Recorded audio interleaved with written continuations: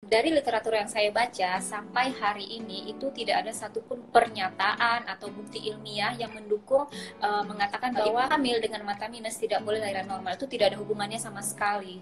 Jadi ibu hamil minus berapapun dia. Hai halo teman-teman semuanya, balik lagi dengan aku, Kristi Sitorus. Kita langsung undang Dokter Sarah. Jadi aku bakal live sama Dokter Sarah. Halo Dokter Widya.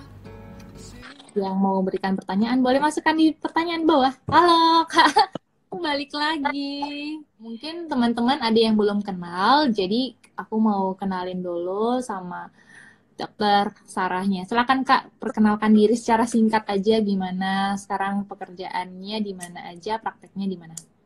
Oke, hai semuanya. Nama saya Dr. Dimai Saro Arsa. Biasanya saya dipanggil Sarah, spesialis mata. Saya saat ini kerja di Rumah Sakit Columbia Asia sama di Rumah Sakit RSUD Tamiang, Aceh Tamiang, Kuala Simpang. Jadi bolak-balik kan Kak? Ya, kalau ke Kuala Simpang hari Kamis sama Jumat, sisanya saya di Columbia terus. Oh, setiap hari? Ya, setiap hari. Sunday klinik Wow. juga. Baik Kak. Nah, seperti pada tema kita hari ini, mata minus bisa lahiran normal. Nah, mungkin Kak, sebelum kita masuk ke pertanyaan-pertanyaan yang udah terkumpul, mungkin Kak bisa jelaskan dulu secara singkat tentang miopia atau mata minus itu sendiri. Silakan. Oke, boleh. Sekarang karena di tempat praktek, jadi ada alat peraganya. Lumayan bisa Yes. jelas. Mantap Kak. Oke. Mata minus itu atau miopia itu sendiri adalah suatu kelainan refraksi. Kelainan refraksi itu terdiri atas 3, ada miopia atau rabun jauh, ada rabun dekat, hipermetropia, ataupun astigmatisme. Ini kalau mata normal tuh beginilah kira-kira kan. Terus di dalam mata normal itu kalau kita buka komponennya, ini terdiri dari vitreous yang isinya seperti jelly, ini yang transparan namanya jelly. Terus inilah si retina, bagian dari dalam mata namanya retina. Orang miopia, cahaya yang jatuh dari yang masuk dari melalui pupil, melewati kornea dan lensa, jatuhnya itu orang normal retina nih di belakang sini nih. Tapi kalau dia orang miopia, karena anatomis bola mata itu lebih lonjong daripada orang biasa, lebih panjang, sehingga cahaya yang jatuh tuh nggak tepat di sini, jadi dia lebih di depan. Nah itu yang bikin mata. Nah, jadi begitulah kira-kira tentang miopianya. Nah, miopia sendiri itu terbagi atas 3. Yang paling sering dibagi itu berdasarkan derajat miopianya. Ada miopia ringan, sedang, dan berat. Itu berdasarkan minusnya. Kalau miopia ringan, dia itu dari -1 ke bawah. Miopia sedang itu -3 sampai 6, dan miopia berat di atas -6. Terus kalau misalnya orang-orang miopia ini kan, Chris, dia itu punya resiko untuk putus saraf matanya. Kenapa? Karena kan anatomisnya itu kan lebih lonjong tuh, otomatis karena dia lebih lonjong, jadi lapisan retinanya lebih tipis, jadi lebih mudah ketarik-tarik gitu. Jadi lebih mempunyai faktor resiko untuk terjadinya lepas saraf mata pada orang minus. Gitu. Oke. Nah, untuk kejadian lepas saraf mata itu Kak, adakah faktor pencetus? Paling sering itu disebabkan karena trauma, terus miopia, juga ada penyakit sistemik, juga disertai misalnya kita pernah operasi katarak sebelumnya atau operasi glaukoma sebelumnya, itu bisa menjadi faktor pencetus terjadinya saraf mata yang putus. Oke. Nah, berarti udah jelas ya teman-teman yang mungkin lagi nyimak tentang miopia itu sendiri atau mata minus itu sendiri sudah dijelaskan sama Dokter Sarah. Nah, kita langsung masuk aja ya Kak ke Q&A-nya ya, biar mungkin lebih memperjelaskan lagi dan lebih masuk ke tema kita kali ini. Nah, ini kita mulai dari pertanyaan yang diberikan oleh Mbak Fadila. Apakah keadaan mata minus dengan lahiran normal ada kaitannya? Jadi gini, dari literatur yang saya baca, sampai hari ini itu tidak ada satupun pernyataan atau bukti ilmiah yang mendukung mengatakan bahwa orang ibu hamil dengan mata minus tidak boleh lahiran normal. Itu tidak ada hubungannya sama sekali. Jadi ibu hamil minus berapapun dia bisa lahiran normal. Tapi dengan catatan dia harus periksa dulu ke dokter mata, minimal tiap 3 bulan atau 6 bulan sekali, atau selama masa kehamilannya dia harus ada periksa ke dokter mata sebelum dia melakukan tindakan persalinan. Jadi ibu-ibu hamil itu nggak perlu khawatir lagi, boleh aja dia tetap melakukan persalinan spontan walaupun dia dengan mata minus. Oke, jadi udah terjawab ya Mbak Fadila. Itu nggak ada kaitannya secara langsung dan perlu konsultasi dengan dokter matanya. Kebetulan kan Kak, Bang Jas kan dokter kandungan yang suamiku, yang mungkin teman-teman belum tahu. Jadi sering juga dapat kasus yang mengalami mata minus dan ibu-ibu tuh pada tanya, dok saya boleh lahiran normal nggak ya? Saya mau lahiran normal dong, gitu. Lalu di refer atau dirujuk, setelahnya dikonsul ke dokter mata, tapi kadang tuh pasiennya tuh nggak mau ribet loh Kak. Jadi kayak udahlah dok saya operasi sesar aja nggak apa-apa gitu. Tapi ada juga yang memang bersikeras gitu kayak ya dok saya mau lahiran normal, ya udah saya ke dokter mata ya gitu. Ternyata perlu periksa selama kehamilan juga ya Kak untuk mata minus ya. Ya, ibu-ibu hamil walaupun dia minusnya masih rendah, tidak ada penyakit, tetap harus dia periksa ke dokter mata minimal sekali dalam kehamilannya. Dalam kehamilannya. Oke, baik Kak. Ini pertanyaan selanjutnya dari Mbak Fadila juga. Apa yang harus dipersiapkan dok ibu hamil pada apa yang harus dipersiapkan ibu hamil dengan mata minus? Jadi mungkin pertanyaannya, kalau ibu hamil yang mata minus, apa yang harus dipersiapkan? Yang tadi udah kita jelasin ya, harus pergi ke dokter mata ya, konsultasi sama dokter mata yang Kondisi mata bagaimana, retinanya bagaimana, apakah mengalami apakah ada flap atau robekan atau bagaimana. Kalau misalnya aman, retinanya bagus, dia boleh lahiran spontan. Tapi kalau misalnya memang ada penyulit di retinanya, disarankan untuk sesar gitu. Oke Kak. Berarti kira-kira apa sih yang diperiksa Kak kalau ke dokter mata? Biasanya kalau itu tentang retinanya, kita periksa saraf matanya. Oh, Kita ada nama tindakannya, nama alatnya foto fundus, terus kita OCT, biasanya seperti itu. Tapi itu istilahnya ke klinik mata, istilahnya kan dokter mata ada subspesialisnya ya. Ke dokter mata umum pun bisa ya Kak? Enggak, kalau itu lebih ke ahli retina. Oh, ahli retina. Berarti ke fasilitas kesehatan yang mendukung juga harus ada ya. Biasanya kan Chris, kalau misalnya kita mau periksa retina itu harus didukung dengan biasanya ada kelainan sistemiknya. Misalnya nih ya, ada beberapa kondisi pada ibu hamil yang bisa membuat terjadinya saraf mata putus. Di luar dia, kalau minus itu nggak ada hubungannya dengan ibu hamil dan persalinan spontan. Tapi kalau ibu hamil dengan riwayat penyakit sistemik seperti sakit gula atau hipertensi atau ada kelainan darah gitu, mereka memiliki faktor risiko untuk terjadinya saraf mata putus saat mereka melakukan persalinan. Kenapa? Karena misalnya nih dengan ibu-ibu yang eklamsi itu kan terjadi gangguan perfusi pada pembuluh darah di retina. Nah, itu yang bisa bikin penglihatannya menjadi kabur atau hilang mendadak. Tapi sesudah dia melakukan persalinan, dia bisa normal kembali gitu. Jadi memang ibu-ibu hamil dengan hipertensi, DM harus cek retina matanya, itu wajib. Iya. Kebetulan kan Kak, aku kan minus waktu lahiran pertama itu minus masih 0,5 kalau nggak salah. 0,25. Terus itu aku nggak ada, saya nggak tahu ada harus maksudnya kayak karena aku pikir juga minus mataku masih rendah juga kan, jadi masih bisa lahiran normal dan untungnya memang nggak ada penyakit sistemik seperti yang Kakak tadi bilang. Dan ini nyambung sih Kak sama pertanyaan yang selanjutnya, apakah ada efek mata minus pada ibu hamil dan persalinan? Dan apakah ini ada peningkatan setelah masa persalinan, Kak? Misalnya peningkatan minusnya, mungkin. Silakan, Kak. Jadi pada ibu-ibu hamil itu kan terjadi banyak perubahan hormonal, termasuklah salah satunya di mata juga. Nah, bisa saja pada ibu hamil yang memang sudah ada minusnya, di masa dia kehamilan ini minusnya menjadi tambah gitu. Tapi sesudah dia ukuran kembali normal seperti sebelum dia partus. Jadi kami para dokter mata itu tidak menyarankan ibu-ibu hamil, terutama yang udah trimester 3 untuk mengganti kacamatanya, karena nanti setelah dia partus ukuran kacamata yang dia ganti nggak sesuai lagi, kan sayang. Oh, itu aku baru tahu. Jadi kalau trimester ketiga, misalkan dia mulai ada penglihatan kabur bertambah gitu ya Kak, berarti sebenarnya nggak perlu dulu diganti ya? Nah, tunggu aja sampai partus, karena itu biasanya efek dari hormonnya sendiri gitu. Oke, berarti ada hubungan dengan hormonnya. Nah, oke. Untuk pertanyaan selanjutnya, apa nih? Sebenarnya ini berhubungan dengan mata minus ya Kak. Sorry, melahirkan dulu deh.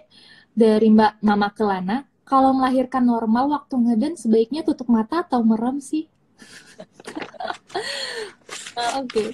Merem atau mau buka mata nggak ada hubungannya, jadi terserah aja yang mananya hamil. Nggak ada hubungannya antara kalau kita ngeden, merem atau melek itu bikin saraf mata putus, tuh sama sekali nggak ada hubungannya. Jadi boleh aja, mau yang mana nyamannya, ikutin apa kata SPOG-nya. Oke, itu kayaknya mitos ya Kak ya? Iya, Mitosnya kayak jangan jangan buka tutup mata atau jangan terlalu merem ya. Aku lupa sih mitosnya yang mana, cuma ya seputar merem melek gitu. Oke, berarti nggak ada hubungannya ya, Mama Kelana. Berarti senyamannya ibunya aja. Kalau misalkan dia ngeden pengen merem atau pengen melotot juga, ya terserah. Tapi ya tetap ingat nafas ya, jangan lupa bernafas. Oke, ini pertanyaan selanjutnya Kak. Sebenarnya dari Vestor, benarkah mata minus tinggi beresiko? Ini tadi udah sih. Jadi Nah ini orang-orang mata minus itu mau dia perempuan, mau dia laki-laki, hamil atau nggak hamil, tetap punya resiko saraf resiko. mata ya. Okay. Karena orang-orang miopia itu tadi memang retinanya relatif lebih tipis dibandingkan dengan orang-orang yang normal gitu. Jadi minus 3 paling nggak harus cek retina setiap 6 bulan sekali. Oh, oke, siap. Setiap 6 bulan sekali ya Kak. Lalu ini nih, sebenarnya apakah mata minus itu bisa disembuhkan, Dok? Itu pertanyaan. Ada beberapa pertanyaan yang sama sebenarnya, cuma aku mewakili aja satu pertanyaannya. Apakah mata minus bisa disembuhkan? Silakan Dokter Sarah. Mata minus itu dia sembuhnya itu dengan dioperasi, dilasik namanya. Jadi kalau misalnya kita harapkan mata minus itu hilang sendiri atau sembuh secara natural, atau kita obati secara natural dengan tetes mata atau yang lain, tapi dia bisa kita hilangkan dengan bantuan operasi lasik. Jadi kalau misalnya kamu mata minus, terus kamu dengar dari orang makan buah banyak-banyak, makan wortel segala macam gitu kan, atau pakai kacamata yang ada bolong-bolongnya itu anti radiasi dan sebagainya, itu Iya. itu minus nggak, minus hanya bisa hilangkan dengan operasi lasik. Jadi operasi lasik itu bisa dilakukan pada dari minus 1 sampai minus 13. Kalau dia ada silindrisnya, mulai dari silindris 1 sampai silindris 5. Itu bisa kita lakukan. Tapi untuk lasik sendiri pun juga nggak semua orang langsung dilasik, karena dia harus banyak pemeriksaannya dulu gitu. Paling penting itu yang dicek adalah ketebalan daripada korneanya. Jadi kalau memang memenuhi syarat ketebalan korneanya dan pemeriksaan lain juga hasilnya bagus, nah dia boleh dilasik.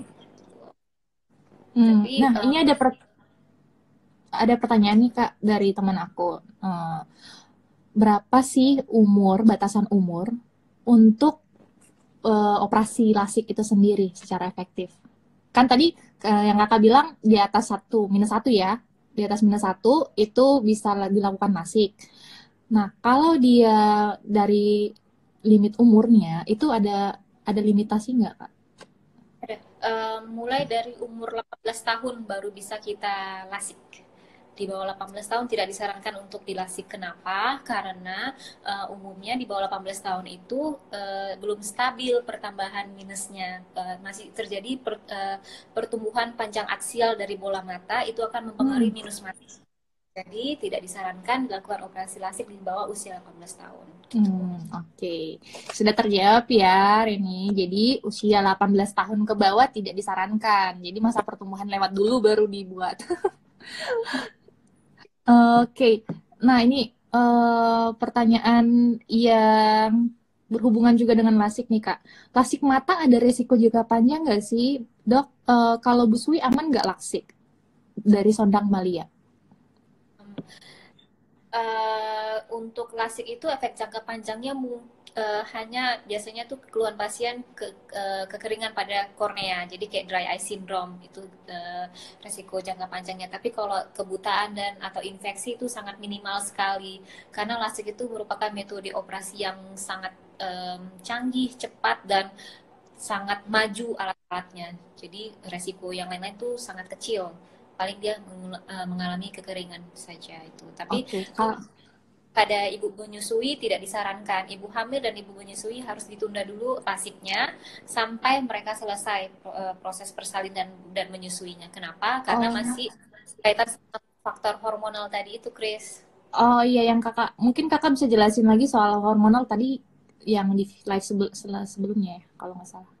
Jadi kalau misalnya orang-orang hamil itu kan banyak terjadi perubahan pada tubuhnya, termasuk pada mata ya, karena hormonal. Nah, salah satunya itu bisa membuat bagian kornea mata menjadi lebih tebal, dan itu mempengaruhi hasil pemeriksaan tajam penglihatan nantinya. Jadi kalau misalnya nanti kita lasik semasa dia hamil atau menyusui, takutnya sesudah dilasik hasilnya tidak sempurna, tidak sesuai yang diharapkan, bisa jadi under atau over koreksi itu. Oh iya, untuk koreksinya ya Kak. Jadi harus selesai dulu masa kehamilan dan menyusuinya baru lebih efektif.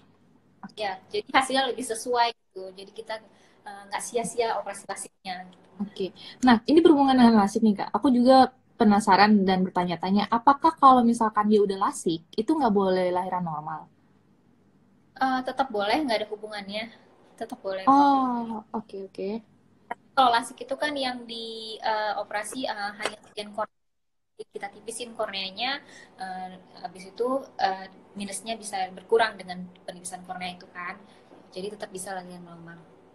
Oke. Tapi tetap lagi ya, harus cek juga ke dokter mata. Oke, baik Kak. Nah, pertanyaan yang seputar mata minus nih. Ada, Dok, anak kelas 2 SD mata minus 2 bisa diobati sampai sembuh apa harus operasi? Ini tadi udah ya masa pertumbuhan ya, Kak. Buat teman-teman yang mau bertanya, boleh masukin pertanyaan di box biar lebih nampak gitu, terlihat besar karena mataku kayaknya minusnya naik. Halo, Kak. Ya, belum. Iya, nggak apa-apa, Kak. Ini buat teman-teman yang ada pertanyaan boleh dibuat di box ya. Nah, ini masih ada pertanyaan nih Kak yang dari IG story kemarin. Yang soal cara biar minus mata berkurang, Dok. Dari Mbak Rianining dan Mbak Freya. Itu pertanyaannya sama. Adakah cara natural menghilangkan minus mata? Silakan Kak. Tidak ada cara natural untuk menghilangkan minus mata. Yang bisa kita lakukan adalah operasi lasik. Jadi kamu bisa dulu kalau kamu emang mau dilasik gitu. Dan ada yang soal mitos, apakah mitos ya Kak? Kalau misalkan kita lihat yang hijau-hijau itu kan sering tuh di orang awam kan bilangnya kayak gitu, kayak lihat yang hijau-hijau biar matanya bisa turun minusnya, atau ada kacamata yang tadi Kakak jelasin juga yang kayak bolong-bolong bla bla. Itu berarti tidak benar ya? Minus itu nggak bisa kita kurangin secara natural, nggak bisa ya. Mau kamu makan buah sebanyak-banyaknya, mau makan suplemen, mau makan sayur, sebagainya itu nggak bisa. Minus mata tidak bisa berkurang dengan itu. Ini tadi yang ketinggalan ya, udah tadi dijelasin ya Mbak Vistor. Udah, nanti bisa yang ketinggalan bisa langsung lihat lagi live-nya, nanti aku bakal upload nanti. Kalau sudah lasik apa masih bisa operasi katarak? Jawabannya masih bisa operasi katarak karena tindakan terus anatomi yang dilakukan, anatomi tempat dilakukannya tindakan itu juga berbeda. Kalau lasik kornea, kalau katarak adalah lensa gitu. Jadi masih bisa. Jadi masih bisa dilakukan operasi ya Mbak Jessica. Oke, lanjut pertanyaan selanjutnya. Kalau mata minus tapi masih kecil dan nggak pakai kacamata, apa minusnya bisa semakin bertambah? Nah, ini juga sering nih jadi pertanyaan nih Kak. Kalau kita sudah mata minus, itu memang harus pakai kacamata. Atau kalau nggak mau pakai kacamata, bisa pakai kontak lens. Jadi, kalau misalnya kita sudah mata minus, tapi kita tidak mau memakai kacamata, itu bisa mengakibatkan nantinya terjadi namanya mata malas, orang awam bilangnya, atau ambliopia. Nah, nanti saat kita bikin kacamata,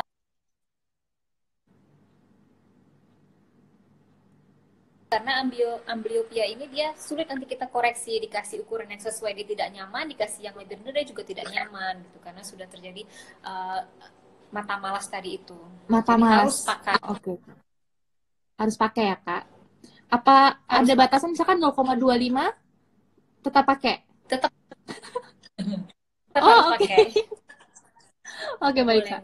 Nah, ini ada pertanyaan menarik kebetulan dari dokter kandungan residen Obgyn. Kenapa ibu hamil dengan tensi bisa menyebabkan pandangan kabur, Dok? Itu tadi udah jelasin ya, Kak? Mungkin secara singkatnya aja kali. Ibu hamil dengan tensi tinggi kan. Nah, eklamsi ini bisa mengakibatkan gangguan perfusi pada jaringan retina, pembuluh darah retina.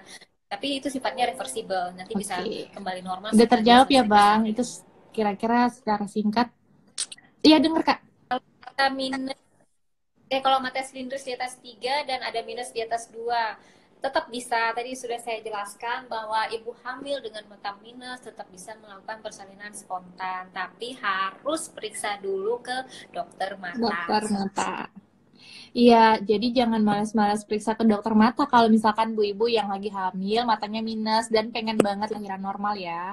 Nah, ini mungkin pertanyaan kedua terakhir, Kak. Silakan. Bagaimana merawat mata anak agar minusnya nggak bertambah secara cepat? Jadi, mata minus itu pada dasarnya disebabkan oleh dua hal ya, faktor genetik sama faktor lingkungan. Faktor genetik itu biasanya turunan dari orang tua. Jadi kalau orang tuanya minus, anak-anaknya pasti minus. Yang satu lagi dari lingkungan. Lingkungan itu bisa dari didapat itu misalnya kurang vitamin D, merokok, terus baca sambil tidur, pakai gadget, itu yang kita khawatirkan.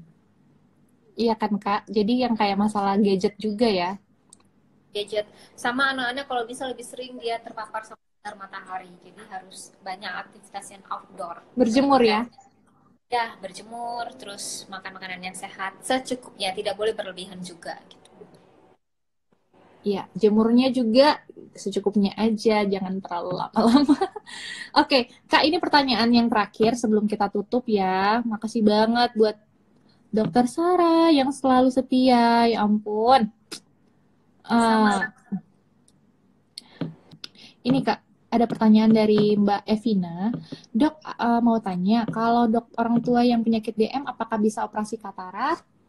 Jadi orang-orang DM itu tetap bisa kita lakukan operasi katarak, tapi sebelum harus diperiksa dulu berapa kadar gulanya, bagaimana kondisi retina matanya, bagaimana kondisi vitreusnya, itu harus kita cek.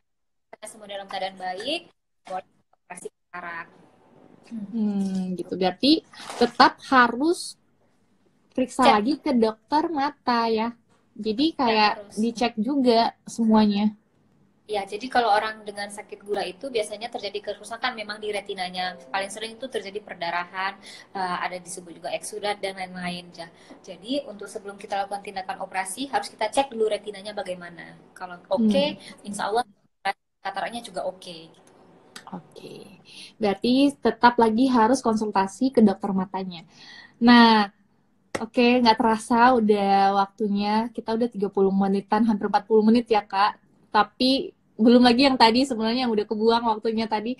Dan sekian dari mata minus, apakah bisa lahiran normal? Jadi kesimpulan yang bisa aku simpulkan bahwa mata minus bisa lahiran normal, tapi tetap konsultasi dengan dokter mata masing-masing biar diperiksa keadaan retinanya seperti apa. Nah, terima kasih banyak buat Dokter Sarah yang udah mau datang ke Ngobrol Asik, yang mau diundang.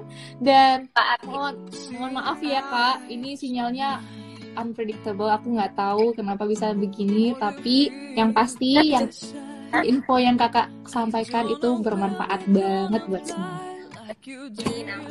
Amin. Terima kasih ya Kak. Stay safe, stay healthy. Iya, jadi kalau misalkan beda Kak, teman-teman sekalian, seperti yang tadi sudah disampaikan Dokter Sarah, kalau misalkan ada masalah mata atau misalkan ibu-ibu yang lagi hamil dan punya mata minus, itu sebaiknya dikonsultasikan langsung sama dokter spesialis matanya. Terima kasih buat teman-teman yang udah pada nonton, yang udah setia walaupun tadi sinyalnya benar-benar bolak-balik ya, nggak bermasalah. Dan semoga bermanfaat buat teman-teman sekalian. Sampai jumpa di ngobrol asik selanjutnya. Thank you.